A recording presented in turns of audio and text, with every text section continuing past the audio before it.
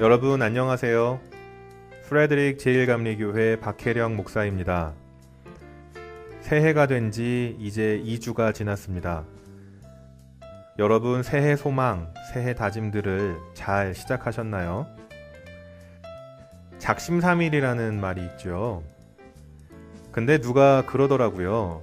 작심삼일을 120번만 하면 올 한 해가 끝난다고. 그 말을 듣고 또 가만히 생각을 해보니까 일주일이 금방 지나가는 것 같잖아요. 근데 그렇게 일주일을 50번만 보내도 올 한 해가 끝납니다. 그렇게 생각해보면 1년이라는 시간이 참 빠르게 지나가는 것 같기도 하고, 근데 작년을 기준으로 생각해보면 1년이 참 다사다난했고 생각보다 길었습니다. 살면서 기억에 남는 사건들이 있죠. 그게 긍정적이던 부정적이던 그걸 다 포함해서 살아가면서 기억에 남는 순간들이 있습니다. 이걸 사진 찍는 거로 생각을 해보면 지난 시간을 돌아본다는 것은 사실 시간 그 자체로 되짚어보는 게 아니라 나에게 몇 장의 사진이 남아있느냐 이걸로 본다고 하더라고요. 그래서 기억에 남는 장면이 많으면 시간이 좀 더디게 가는 것 같고, 기억에 남는 장면이 별로 없으면 시간이 왠지 금방 지나갔다고 느끼게 됩니다. 같은 시간을 보내지만 그 속에서 몇 장의 사진이 남아있는지, 또 어떤 모습의 사진이 남아있는지는 사람마다 다 다를 겁니다. 제가 여러분들께 2주마다 방송으로 인사를 드리죠. 월간 프레드릭을 들으실 때마다 지난 2주간 나에게 어떤 사진이 남아있는지를 한번 돌아보셨으면 좋겠습니다. 그리고 그 사진에 주님의 인도하심과 감사가 많이 담겨있기를 기도하겠습니다. 새해가 시작되고 오늘까지 몇 장의 사진이 남아있는지를 한번 되짚어 보시면서 들리는 교회 월간 프레드릭 1월호 두 번째 이야기 시작하겠습니다.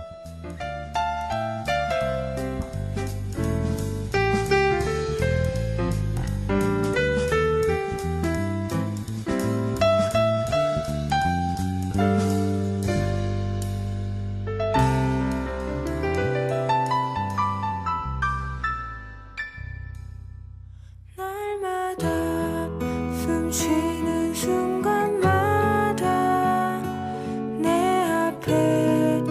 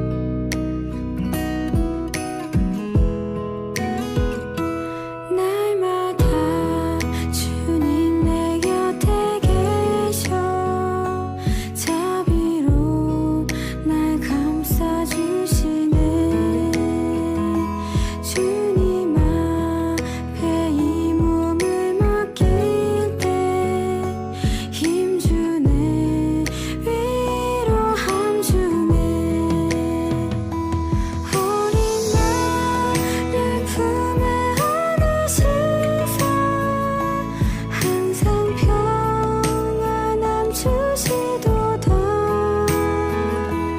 내가 살아 숨을 쉬는 동안 살피신다 약속하셨네.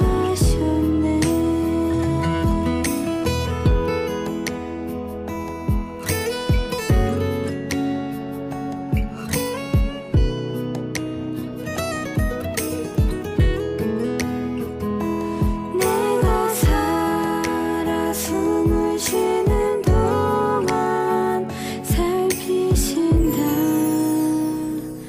약속하셨네.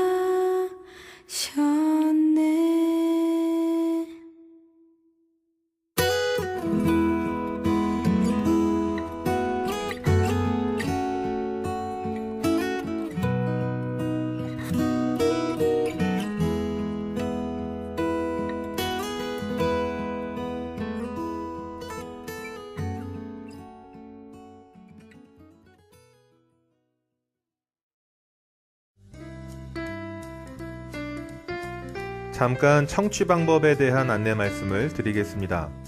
CD로 이 방송을 듣고 계시는 분들께서는 CD 플레이어에 있는 앞으로 가기, 뒤로 가기 버튼을 이용해서 순서를 이동하실 수 있고요. 컴퓨터나 스마트폰을 이용해서 유튜브로 방송을 들으시는 분들께서는 댓글창에 보시면 각 순서가 나와 있고 그 앞에 파란색으로 시간이 적혀 있습니다. 그 순서에 해당하는 파란색 시간을 누르시면 방송이 그 순서로 바로 이동을 하게 됩니다. 잘 활용하셔서 즐겁게 들어주시기 바랍니다. 또 성경에 대해 궁금증이 있으시거나 기도가 필요하신 분들께서는 교단이나 교파에 상관없이 또 저희 교회 출석 유무에 상관없이 연락을 주시면 최선을 다해서 도와드리겠습니다. 그게 원래 목회자가 하는 일입니다. 여러분들의 연락 기다리겠습니다. 계속해서 즐겁게 방송 들어주시기 바랍니다. 감사합니다.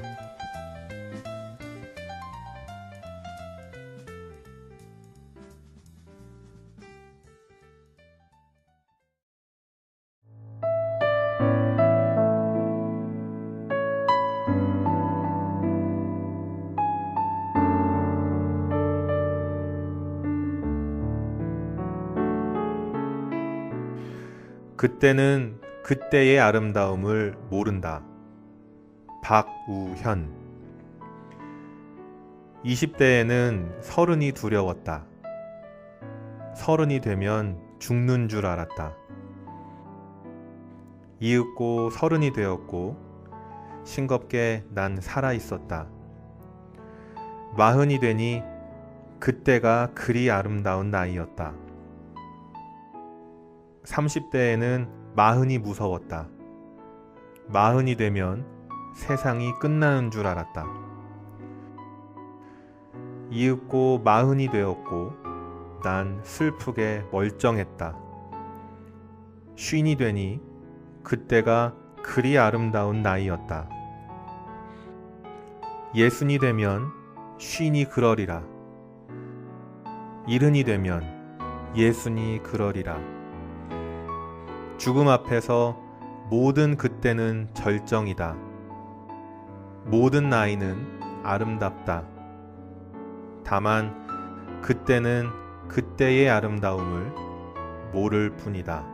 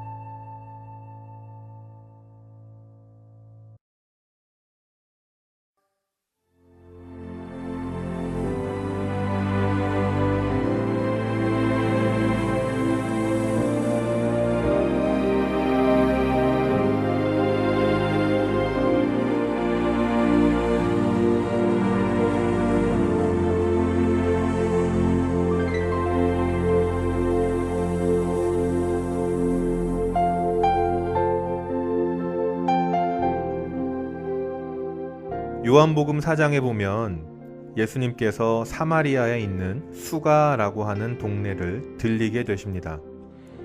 여기서 물을 뜨러온 한 여인을 만나게 됩니다.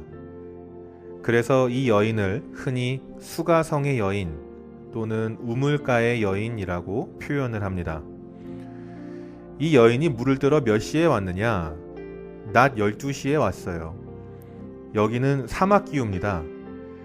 이 시간은 너무 더워서 이때 돌아다니면 일사병에 걸릴 수도 있으니까 사람들이 잘 돌아다니지 않는 시간대였습니다. 그런데 이 여인은 굳이 그 시간대에 물을 길러 왔던 거예요. 왜 그랬을까? 이 여인은 5번이나 이혼을 했어요. 그럼 6번째 남편과는 잘 살고 있느냐? 그렇지도 않았어요. 6번째 남편과도 관계가 위태로웠습니다. 당시의 보수적인 분위기를 생각해 본다면 한 번도 아니고 5번이나 이혼한 이 여인을 동네 사람들은 어떻게 바라봤을까? 사람들이 뒤에서 수군대는 것 같고 자신을 색안경 끼고 보는 것 같고 이 여인은 그런 시선들이 싫었겠죠. 물이 필요하니까 우물에는 와야겠는데 남들 눈에 띄고 싶진 않고 그래서 일부러 사람들이 오지 않는 그 시간을 선택해서 일사병으로 쓰러질 각오를 하고 물을 뜨러 왔던 거예요. 거기서 예수님을 만납니다. 처음엔 이 사람이 예수님인지를 몰라봤어요. 그리고는 예수님과 여인 사이에 대화가 시작됩니다. 예수님이 먼저 여인에게 물을 좀 달라고 하셨어요. 그랬더니 처음에는 이 여인이 경계를 하면서 대답을 합니다. 아니, 왜 저한테 물을 달라고 하십니까? 당시에는 신분이 다르면 아예 말을 섞지 않았거든요. 그랬더니 예수님께서 내가 누군지 알면 오히려 나한테 물을 달라고 할 텐데 이렇게 말씀을 하세요. 여인이 의아해하면서 묻습니다. 아니, 물동이도 없고 우물에서 물도 기를 수 없는 분이 어떻게 물을 준다고 하십니까? 이 우물을 판 야곱보다도 당신이 더 대단한 사람이란 말입니까? 그러자 예수님께서 요한복음 4장 13절에서 이렇게 말씀을 하십니다. 이 우물에서 물을 길어다가 마시는 사람은 나중에 또 목이 마르겠지만 내가 주는 물을 마시는 사람은 영원히 목마르지 않아. 왜냐하면 내가 주는 물은 영원히 솟아나는 샘물이거든. 그랬더니 이 여인이 바로 대답을 합니다. 그런 물이라면 저한테도 좀 주셔서 저 목 좀 마르지 않게 해주세요. 그래서 더 이상 우물에 물 길러 오지 않게 해주세요. 예수님과 여인 사이에 오고 간 이 대화는 평범하게 본다면 우물을 통하지 않고도 평생 마실 수 있는 물을 가지고 있다고 주장하는 남자와 그런 물이 있으면 나도 좀 달라고, 그래서 나 물 길러 오는 일 좀 그만하게 해달라고 하는 여자의 이야기로 들릴 수도 있습니다. 그렇게 본다면 이 여인은 게을러서 그러나 싶은 생각을 할 수도 있습니다. 그러나 이 평범한 대화 그 너머에는 해결되지 않은 자신의 문제를 가지고 매일매일을 고통 속에 살면서 그 고통을 해결하기 위해 무엇인가를 날마다 찾아다니면서 의지하려고 하던 여인과 여인의 문제를 해결해주기 위해 그 여인을 찾아오신 예수님의 영적인 대화가 있었습니다. 예수님이 여자에게 물을 달라고 먼저 물어보셨던 것은 사실은 당신에게 물이 있습니까? 이것을 물어본 거예요. 여기서 예수님이 말씀하시는 물은 영생을 의미합니다. 이 여인에게는 그 물이 없었어요. 그래서 이 여인은 그 영생의 물을 얻고자 이곳에는 그 물이 있을까? 이 우물도 찾아가 보고, 그래도 다시 갈증이 나면 다른 우물도 찾아가 보고, 그렇게 여인은 자신의 영적 갈급함, 정신적 공허함을 해결하기 위해서 날마다 영생의 물을 찾아서 사람들의 눈을 피해 우물을 찾아다니고 있었던 겁니다. 그러다가 예수님을 만난 거예요. 무엇인가를 의지해서 자신의 문제를 해결하려고 고군분투하고 있던 이 여인에게 예수님께서는 그렇게 해결하는 것은 일시적일 수밖에 없으니까 세상의 방법을 쫓지 말고 내 방법으로 해. 그러면 영원히 해결돼. 이렇게 말씀을 하고 계시는 거예요. 그러니까 여인의 입장에서는 만약에 정말 그런 방법이 있다면 나에게도 제발 그 방법을 알려주셔서 내가 다시는 이 우물 저 우물 찾아다니지 않게, 세상에 이런 방법 저런 방법 의지하다가 탈진되지 않게 그렇게 해달라고 부탁을 하고 있는 거예요. 예수님이 말씀하신 그 방법이 바로 영생을 얻는 것이었는데요. 흔히 영생이라고 하면 우리는 막연하게 생각을 하거나 오래 사는 것을 떠올리기 쉽지만 예수님께서 말씀하신 영생은 유일하신 참 하나님과 그가 보내신 자 예수 그리스도를 아는 것이라고 요한복음 17장 3절에 기록하고 있습니다. 그리스도를 믿어서 그리스도와 함께 하는 사람, 그 사람이 영생하는 사람이라는 거예요. 그러니까 예수님이 여인에게 내가 그리스도야, 나를 믿어, 그것이 영생이야, 이렇게 말씀하고 계시는 거예요. 세상에서 많은 문제를 만나고 많은 어려움이 오겠지만 그때마다 너의 힘으로 해결하려고 하면 당장 눈앞에 보이는 일은 어떻게든 해결이 될 수야 있겠지만 그건 일시적일 뿐이야. 갈증이 나서 물을 마셔도 그때뿐이야.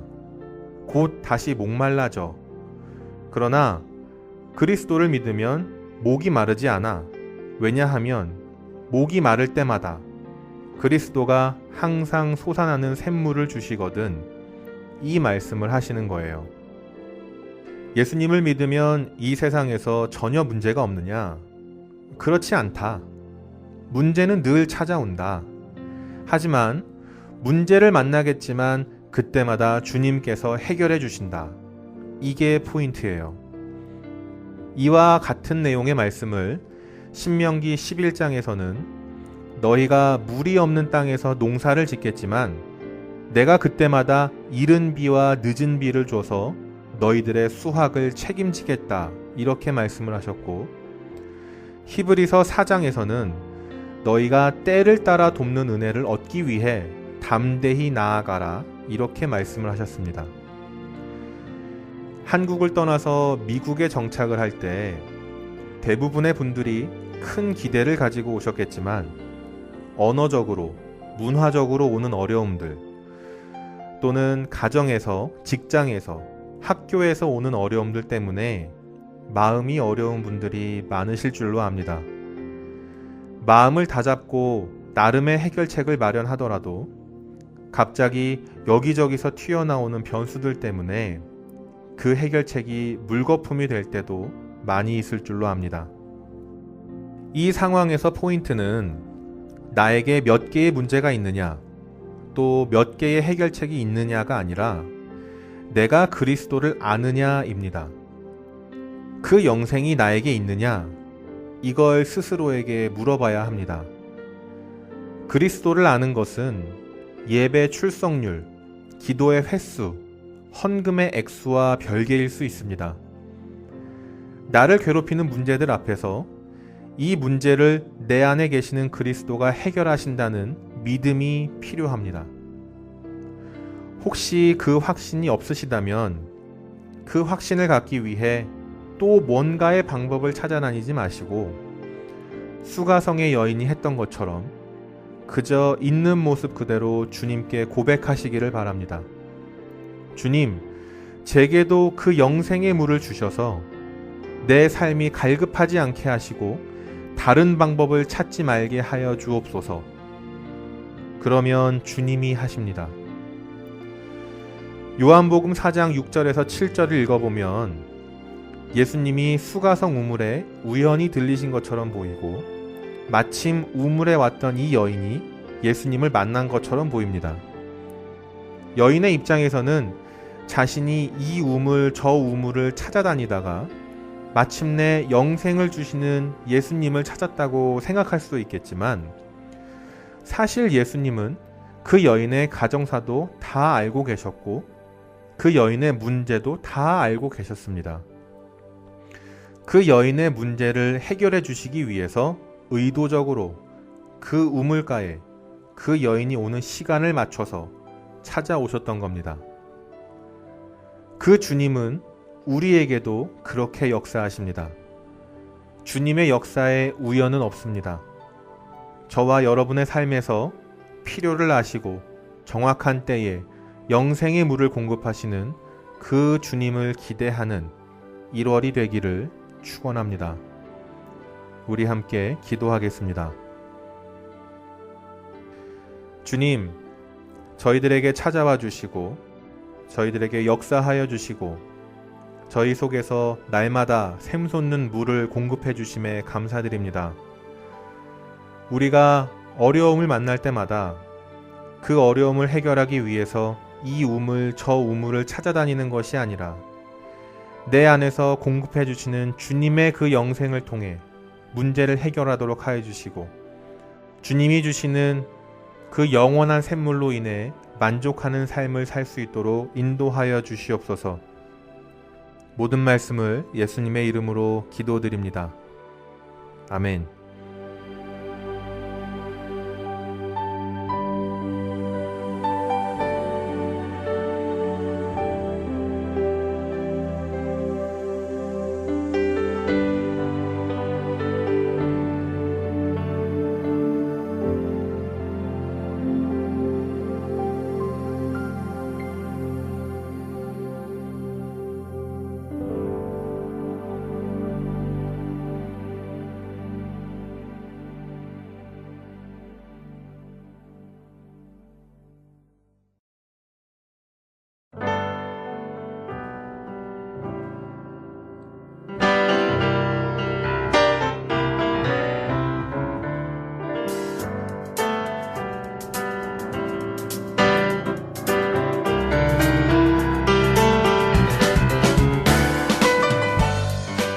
새해가 되면 가족 모임이나 그 밖의 모임 자리에서 윷놀이를 하죠.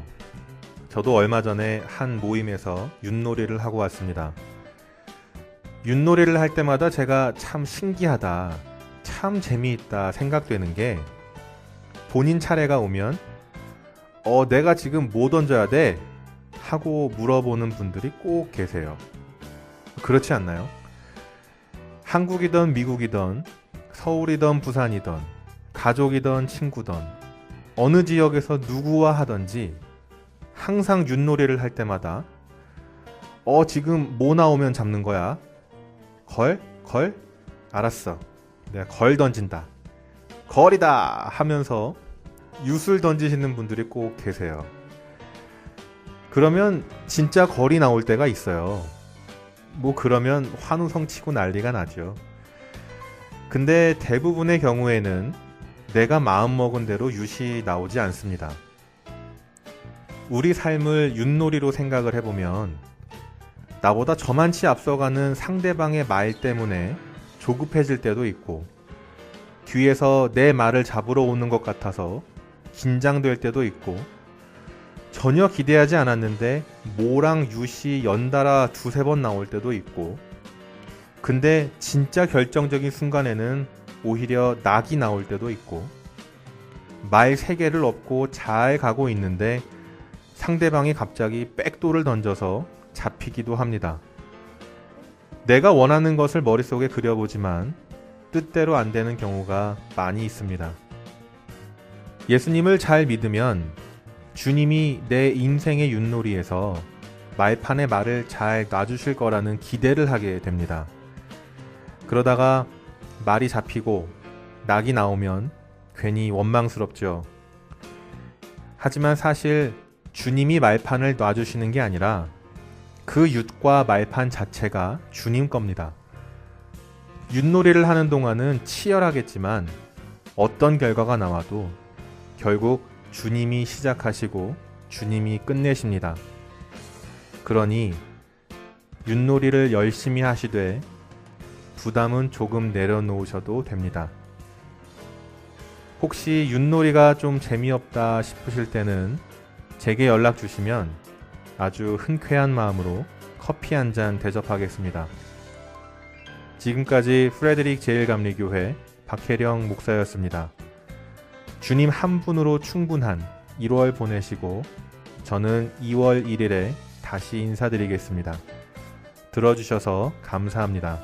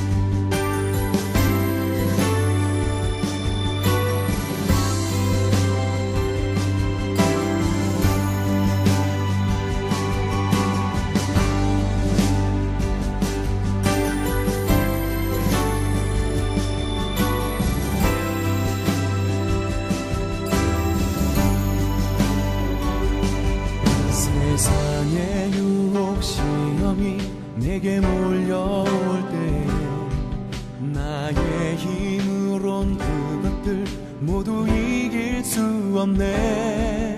거대한 폭풍 가운데 위축된 나의 영혼 어찌할 바를 몰라 헤매이고 있을 때 주를 찬양 손을 들고 찬양 전쟁은 나에게 속한 것 아니니 주를 찬양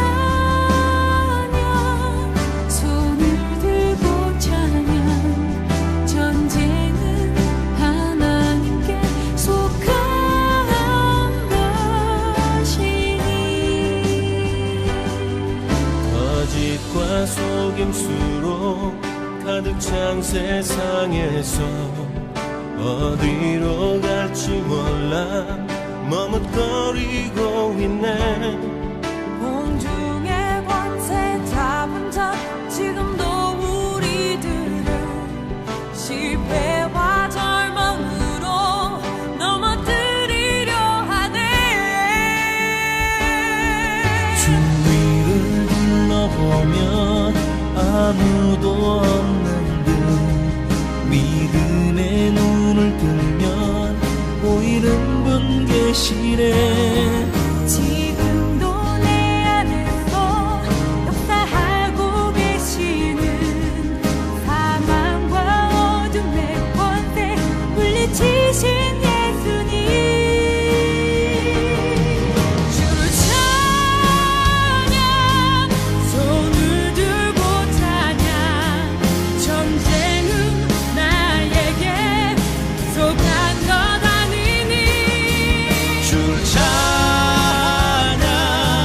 손을 들고 찬양 전쟁은 하나님께 속한 것이니